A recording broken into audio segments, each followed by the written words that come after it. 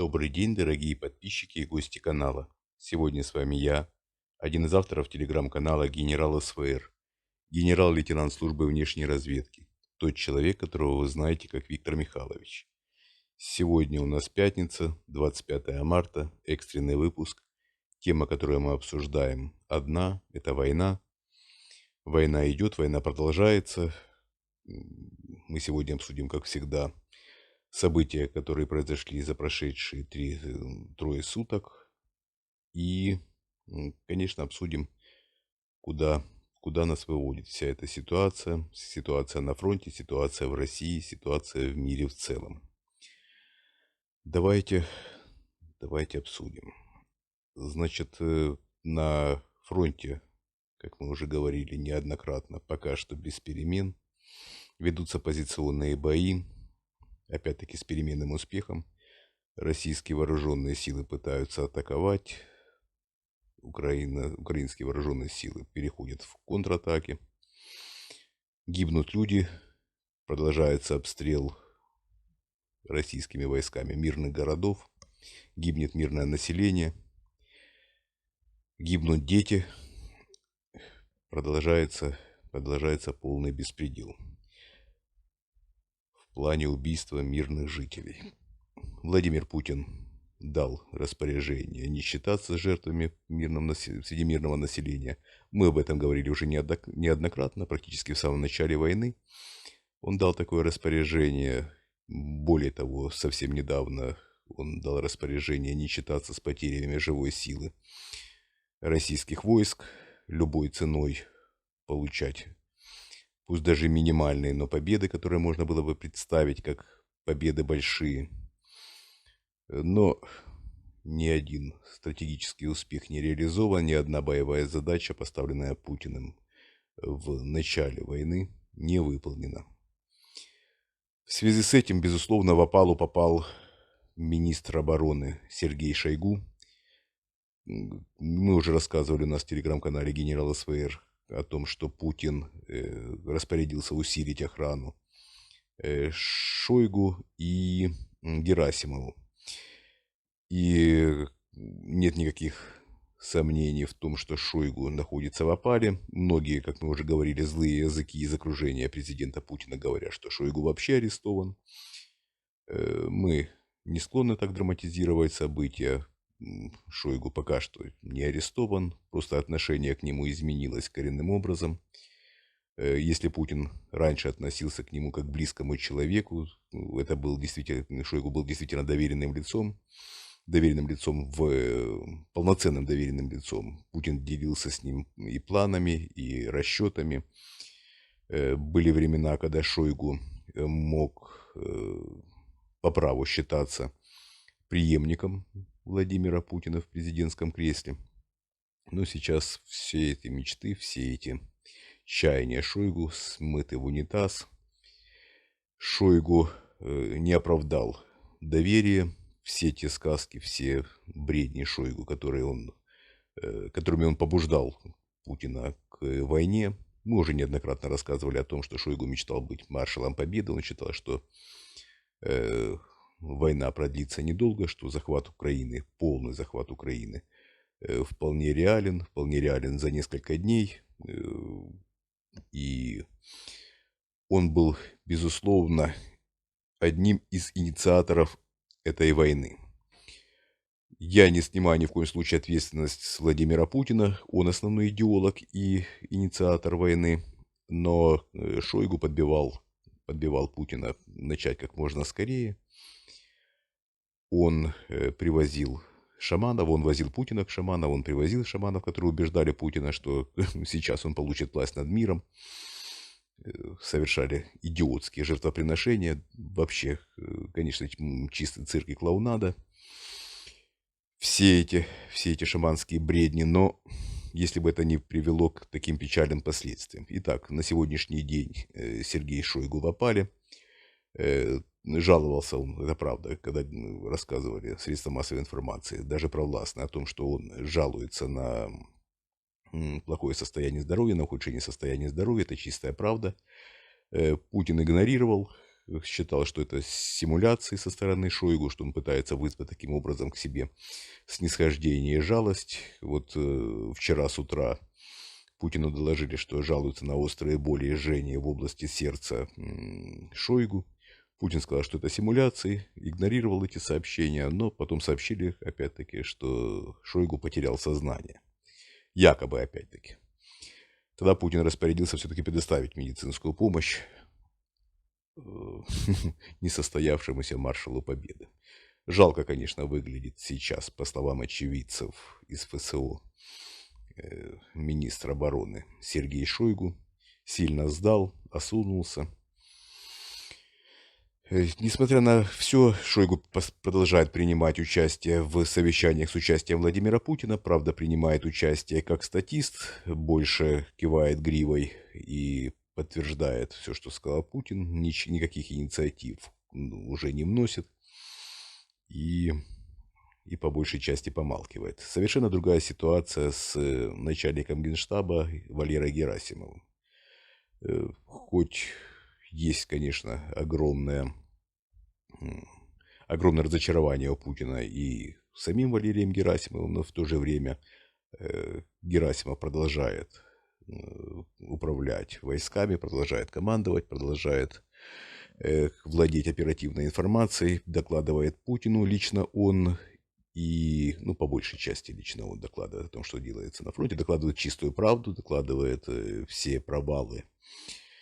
Путин обладает полной информацией о том, что происходит, практически не искажает информацию, за редким исключением, когда совсем небольшие успехи преподносятся как успехи более-менее существенные.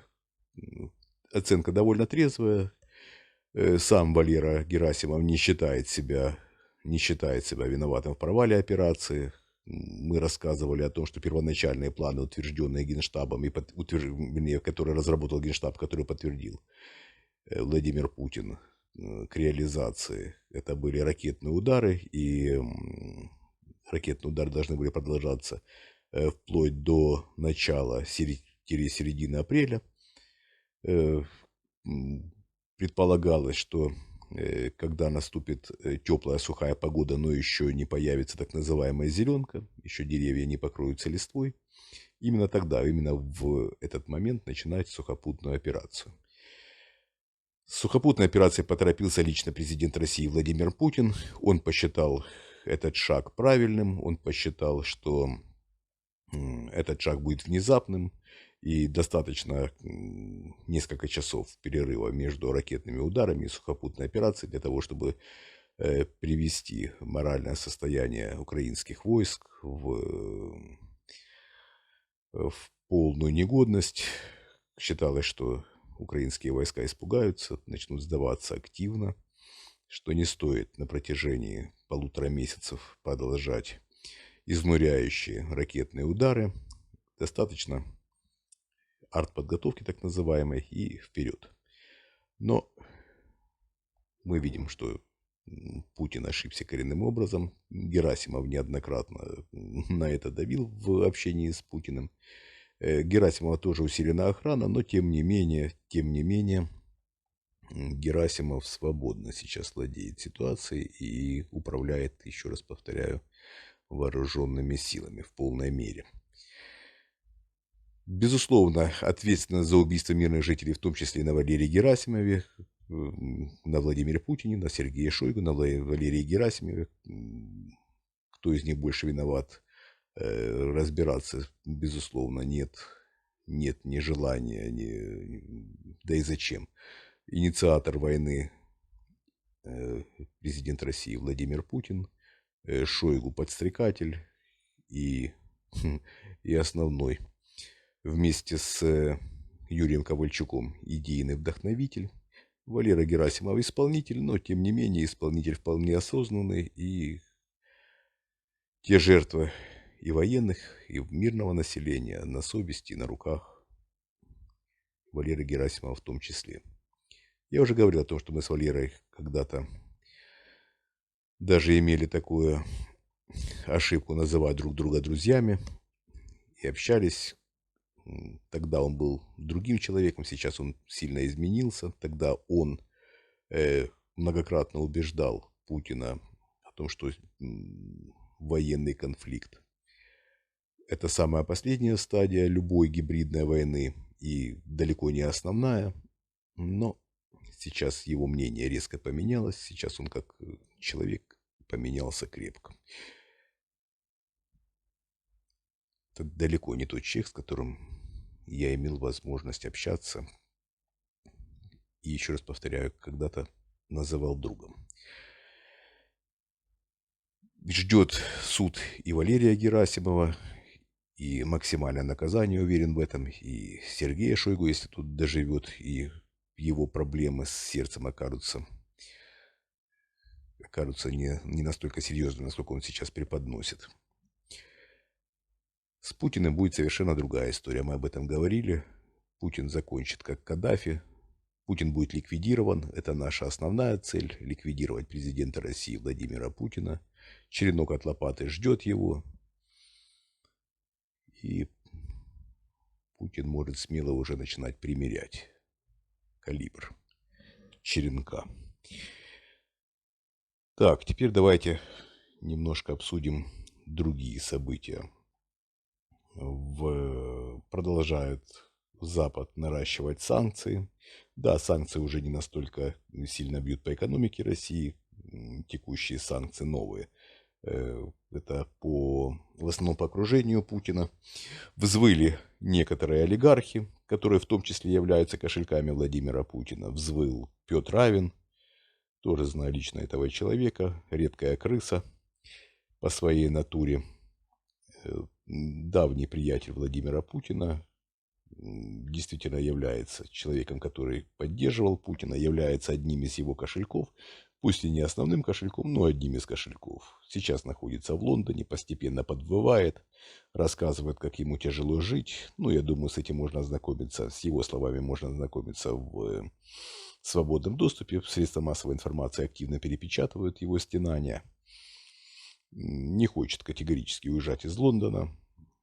Считает, что как только уедет, ему обратно не дадут вернуться.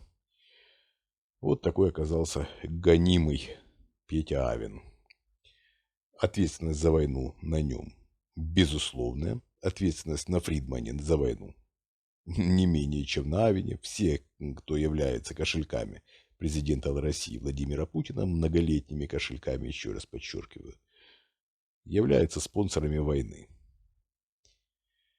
И несмотря на то, что они сейчас выступают за мир, за согласие, еще за что-то, за все хорошее против всего плохого, не стоит обманываться, это отъявленные негодяи. Фридман рассказывает, что он знатный украинец, оказался знатным украинцем, родился во Львове и всячески поддерживает и Украину, оказывается, и кого только он не поддерживает, лишь бы детюшки, которые у него есть, не трогали. Но все, конечно, далеко не так просто, как пытается преподнести Фридман. Еще раз повторяю, взвыли понемногу олигархи. Да, это еще не не тот вой, который начнется через несколько месяцев, но ударили санкции по ним довольно больно. Путин сейчас находится в состоянии довольно нервном.